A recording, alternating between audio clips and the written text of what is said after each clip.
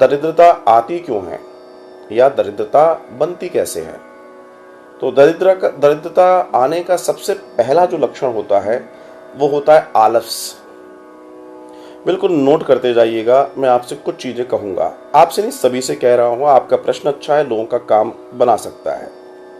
दूसरा, neat and clean आपके घर का न होना।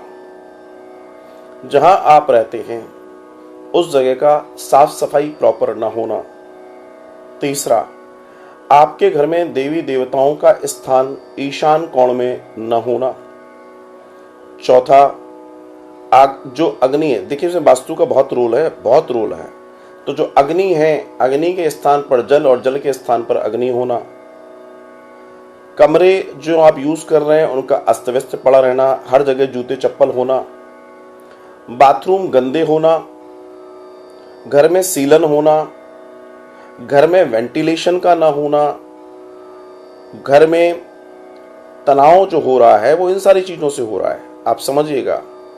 और सबसे बड़ी बात है कि जो सोने के बिस्तर है उनका समय से साफ सफाई और बेडशीट का न बदलना।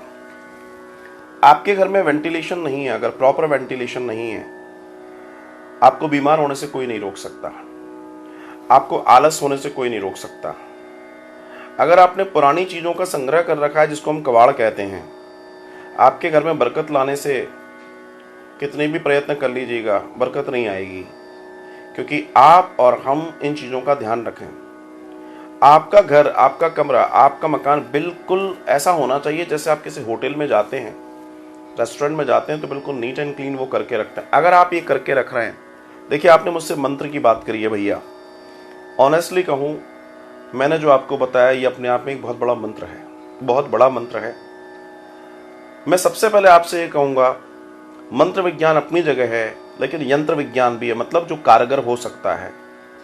मेरा निवेदन है, अगर आप इन चीज़ों पे थोड़ा सा काम कर लें, या हो सकता है आपके यहाँ चीज़ें हो, अगर आपके यहाँ ये सारी चीज़ें हो रही हैं तो फिर मैं आपको कोई नई औषधि बताऊं, मगर ये फर्स्ट एड है जो आपकी पीड़ा की जो फर्स्ट एड है वो ये है, अगर आप इस पर काम कर लेंगे तो बहुत आनंद हो जाएगा। अलमारियों में रखे हुए कपड़े अस्त व्यस्त होना, वो जमा कर नहीं रखे होना, जूते चप्पल जमा कर नहीं रखे होना, किताबें कॉपियां बच्चे पढ़ते हैं जमा कर न रखे होना। आपके यहाँ अगर जाले लग रहे हैं, अगर आपके यहाँ सीलन है, आपके यहाँ लक्ष्मी कभी नहीं आ सकती। जीवन में ये छोटी छोटी बातें ध्यान रखिएगा। आपके डबल बेड के नीचे बहुत सारी गर्दा, बहुत सारी डस्ट इकट्ठा हो जाना, एक कहीं ना कहीं आपके साथ नेगेटिविटी पल रही है। How can you imagine you can success in your life with positive energy when there is nothing? कुछ भी नहीं है वो जो आप चाहते हो पॉजिटिव एनर्जी आने के लिए। जब तक आप अपने आभा मंडल, अपने ऑरे को शुद्ध नहीं करेंगे, आप में चेतना नहीं आ सकती। आप आलस्य से भर जाएंगे, आपके सारे काम उस ऊर्जा के साथ चलेंगे जो ऊर्जा काम की नहीं है। लेकिन आप अगर इन सब कार्यों को करते हैं, आप देखिएगा आपके जीवन में एक बड़ा परिवर्तन आएगा। और फिर भी आपको लगता है कि देयर इज सम प्रॉब्लम, तो आप मुझे कांटेक्ट जरूर कीजिएगा। बहुत बहुत धन्यवाद, आपने अच्छा प्रश्न किया, आपको साधुवाद। और निवेदन आपसे मेरा, निर्मल राणा जी, अगर आप एक ही बार अगर मैसेज करें तो बड़ा अच्छा होगा। बहुत बहुत धन्यवाद आपको। सीता, पूजा करते समय नेगेटिव विचार क्यों आते हैं?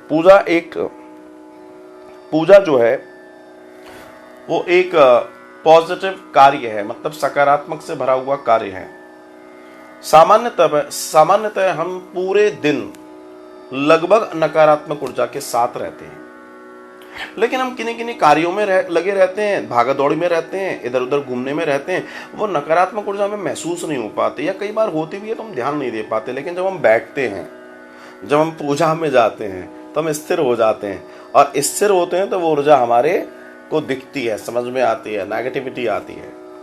लेकिन आप अपने कार्य में लगे रहिए, कुछ समय ऐसा बीतेगा, आप अपने कुछ साधिए, मंत्र को साधिए अपने गुरु जी के, देखिएगा आपके जीवन में कल्याण होगा। आपको साधुवाद।